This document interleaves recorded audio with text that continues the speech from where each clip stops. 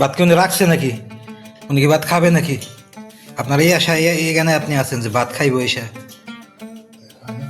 সে parcel নিয়ে আসে grill chicken biryani, আমি এগুলার আলামত দেখি না রান্না করে। এখন বলবেন তার আছে, হ্যাঁ সে তো, আমরা তো করছিলাম, শিল্পপতির মেয়েরে নিয়ে আসছিলাম, আপনার শ্যালকরা শিল্পপতির মেয়ে দিয়ে গেছিল।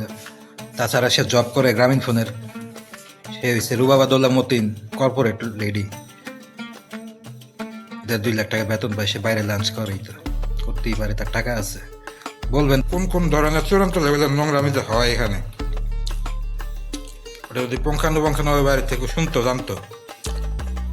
16 কোটি মানুষের 16 কোটি জুতার মুখ মাত্র। আর বাজারে যদি কোনো কোর্স চালু করতো, যে শয়তানি পেইড কোর্স চালু করতে যাইতেছি, 2,000 টাকা করে নিমু একজনের কাছে, 3,000 টাকার অভাব নাই। ওর কাছে শয়তানি শিখতে আসার জন্য মানুষ দূর দূরান্ত থেকে আয় দিত, যে ওর কাছে যাই শয়তানির কোর্স করে আসি। এমনি না এই পোলার সাথে গলায় গলায় ভাব সারাদিন কাজকর্ম করায় নিজের, তো এই যে এটা নষ্ট হয়েছে এটা ঠিক করানোর কাজে দিয়ে ডাক দেয় না, এমনি দিয়ে ডাক দেয়। যে মূর্খ, অর্থ জ্ঞান নাই। মশুর ডাল খাইবেন না, গরু মাংস খাইবেন না। গরু মাংস না খাওয়াতে তো লাভই হয়েছে, লস তো হয় নাই। তো আগেই কইছে যে যদি ডাইল না খান তাহলে খাইবেন কি? ডাইলই তো একমাত্র খাবার। তারপরও নষ্ট হয়ে গেছে কিনা ঠিক নেই, ফ্রিজে তো রাখেই নেই। ফ্রিজে রাখলে যদি বেশি ভালো থাকে, যত্ন করে তো রাখে নাই যে থাকবো, রাখছে যদি থাকে থাকলেও, না থাকলে না খাইবো।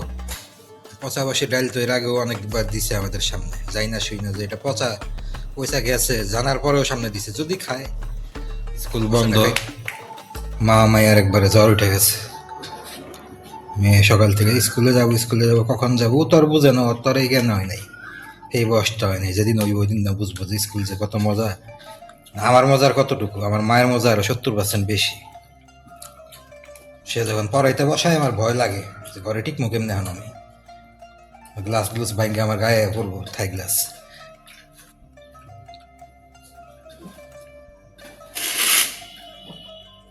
মানে দলত দিয়ে গেছি গা আমি, উইরা উইরা ঘুরা ঘুরা। স্কুল ছুটি হয়ে গেছে মনে হয় দুপুর 2টার পরে, আইব 5টা বাজে, উড়াউড়ি শেষে। বাসায় তো খাওয়াই লাগে না, বাইরে লাঞ্চ করে ফেলবে। মোটা অঙ্কের বাড়ি ভাড়া পায় প্রতি মাসে, পুরাবে কি দিয়ে? হ্যালো ভিউয়ার্স, আসসালামু আলাইকুম। আজকের মতো এখান থেকে ব্লগটা শুরু করছি, এবং আজকের ব্লগে কি কি দেখা যাচ্ছে তার একটা ছোট্ট স্ন্যাপশট এখানে রেডি করা ছিল, অলরেডি দেখে ফেলেছেন। এখন শুরু করছি আজকের মূল ব্লগ।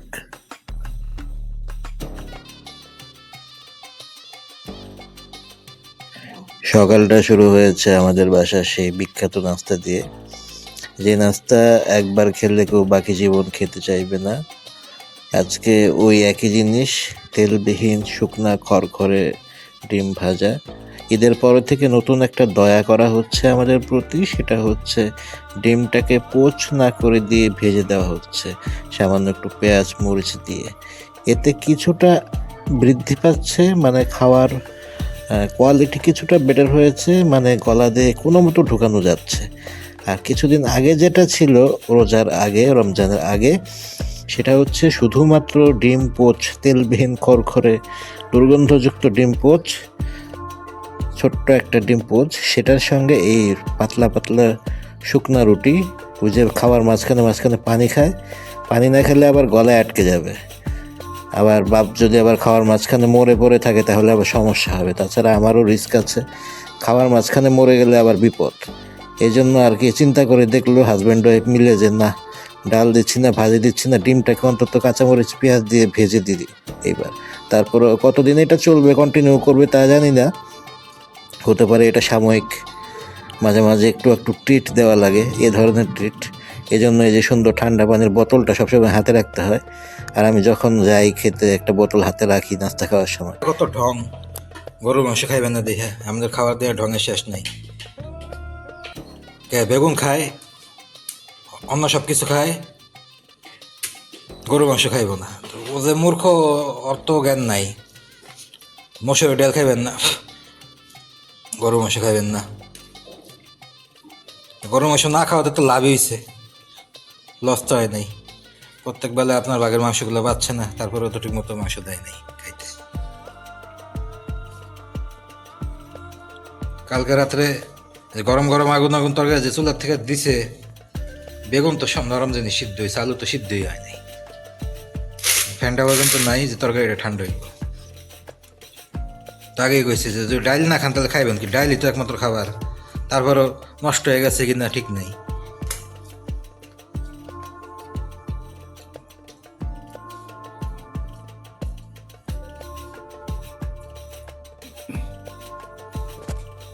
কালকে বিকালে মানে বাড়ি থেকে খাবার আছে, পরে আসে নাই কেউ। সেটা এমনিতেই গরু মাংস দিলেই খায় না, গরু মাংস থেকে দুই টুকরা খাইয়া খালি কোনো মতো একটু আধা প্লেট ব্রাশ শেষ করে ফর্মালিটি পালন করে। পটল দেওয়া যায়, রুই মাছটা দিছে, ওটা নিয়ে এমন বিপদে পড়ছে, এদিকে করতে পারেন এদিকে করতে পারেন। আমি তো খালি 8-10টা শুকনো মরিচ নিয়ে খালি খাইছি, কোনো মতো তো আর এটা পারতেছে না। রুই মাছ পটল দিয়ে মাংস রান্না করে, ওটা কারো খাওয়ার মতো অবস্থা আছে? তার মধ্যে তরকারি থাকে অর্ধেক হাফ বয়েল, কাঁচা কাঁচা গন্ধ সবজি, ঠিক মতো সিদ্ধ করে না, কষায় না। আমাদের খাওয়া শেষ হয়, তারপরে তাদের রান্না শেষ হয়, এর আগে কাঁচাটা দিয়ে দেয় চুলার থেকে। এমনি না এই পোলার সাথে গলায় গলায় ভাব সারাদিন কাজকর্ম করায় নিজের, তো এই যে এটা নষ্ট হয়েছে এটা ঠিক করানোর কাজে দিয়ে ডাক দেয় না, এমনি দিয়ে ডাক দেয়।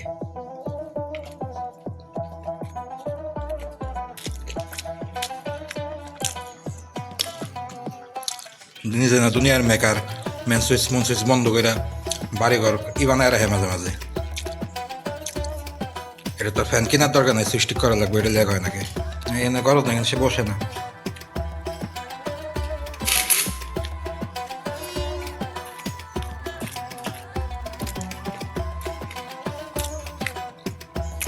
কোন কোন ধরনের চূড়ান্ত লেভেলের নোংরামি যে হয় এখানে, ওটা যদি পুঙ্খানুপুঙ্খানুভাবে বাড়ি থেকে শুনতো জানতো।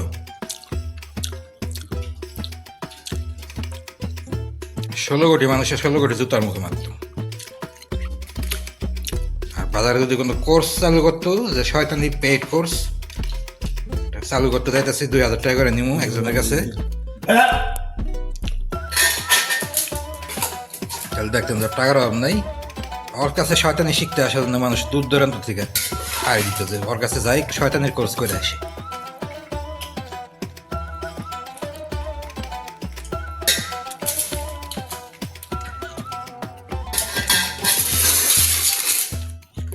ইচ্ছাকৃতভাবে মানুষের সাথে কত শয়তানি করা যায়, এটা যে একটা কোর্স যদি চালু করতো।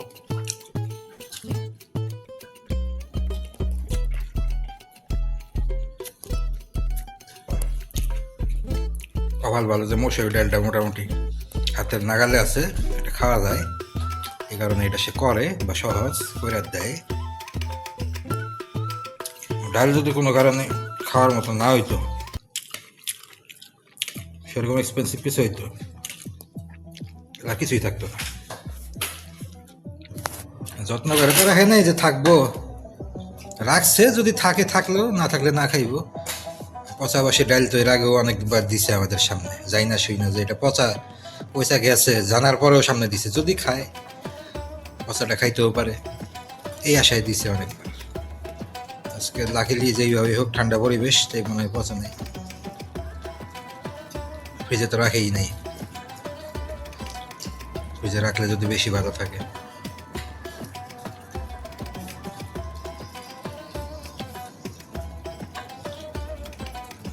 তো ভালো মানুষ এদেরকে আবার ছোট লোক বললে তো মানুষের আবার গায়ে লাগে, ছোট জাত ছোট লোক এসব শব্দ বলা যায় না এদেরকে। কর্মকাণ্ড তো খুব ভালো।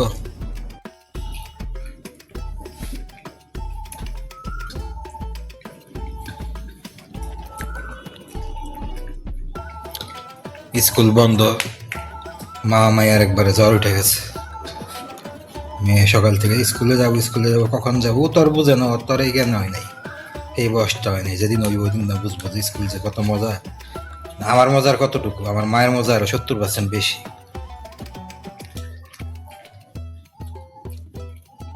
তো পোলাবানের লগে মিশে মনে করে স্কুলে গেলে ভালো।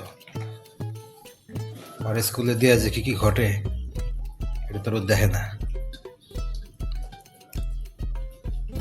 এই কারণেই তো এত জায়গা থাকতে দূরে স্কুলে ভর্তি করাইছে। এলাকার স্কুল হইলে তো খোঁচা দিয়ে লয়া বরণ যাইতো, টান দিয়া 1 লাখ লাইটাই করতে পারতো, ধান্দা জমতো না তো। এই কারণে 1 ঘন্টা জার্নি করা লাগবে, দূরে পাঠাইতে হইব।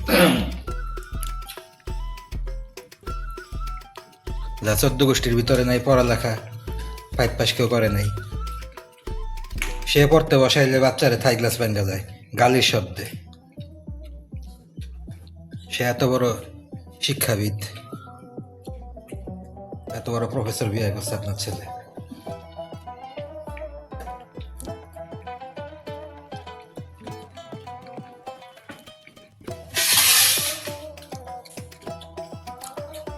সে যখন পড়াইতে বসায় আমার ভয় লাগে যে ঘরে ঠিক মুখে এমনি হন আমি গ্লাস গ্লাস ভাঙ্গে আমার গায়ে পড়বো থাই গ্লাস।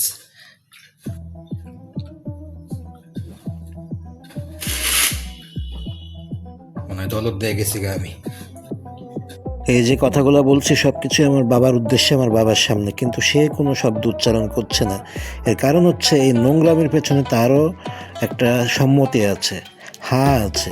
উনি এগুলো সব কিছু জানে, বোঝে, কিন্তু উনি কোনো কথা বলবে না। উইরা উইরা ঘুরা ঘুরা স্কুল ছুটি হয়ে গেছে, মনে হয় দুপুর 2টার পরে আইব, 5টা বাজে উড়াউড়ি শেষে। বাসায় তো খাওয়াই লাগে না, বাইরে লাঞ্চ করে ফেলবে। মোটা অঙ্কের বাড়ি ভাড়া পায় প্রতি মাসে, পুরা বিক্রি দিয়ে ছেলেদের সাথে লাঞ্চ করবে বাইরে। হরিলোটের জিনিস না, হারামের জিনিস না।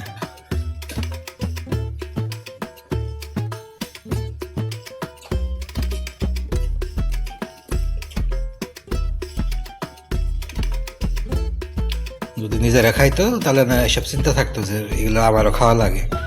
তাদের খাবার তো আলাদা।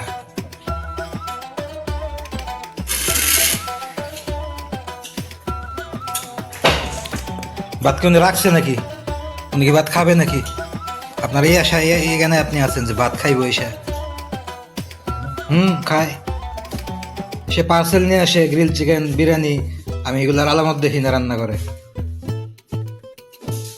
এখন বলবেন তার আছে, হ্যাঁ সে তো, আমরা তো করছিলাম, শিল্পপতির মেয়েরে নিয়ে আসছিলাম। আপনার শ্যালকরা শিল্পপতির মেয়ে দিয়ে গেছিল। তাছাড়া সে জব করে গ্রামীণ ফোনের, সে হয়েছে রুবাবাদুল্লাহ মতিন, কর্পোরেট লেডি। 1.5-2 লাখ টাকা বেতন পায়, সে বাইরে লাঞ্চ করে, তো করতেই পারে, তার টাকা আছে। বলবেন তার টাকা আছে, এটাই তো।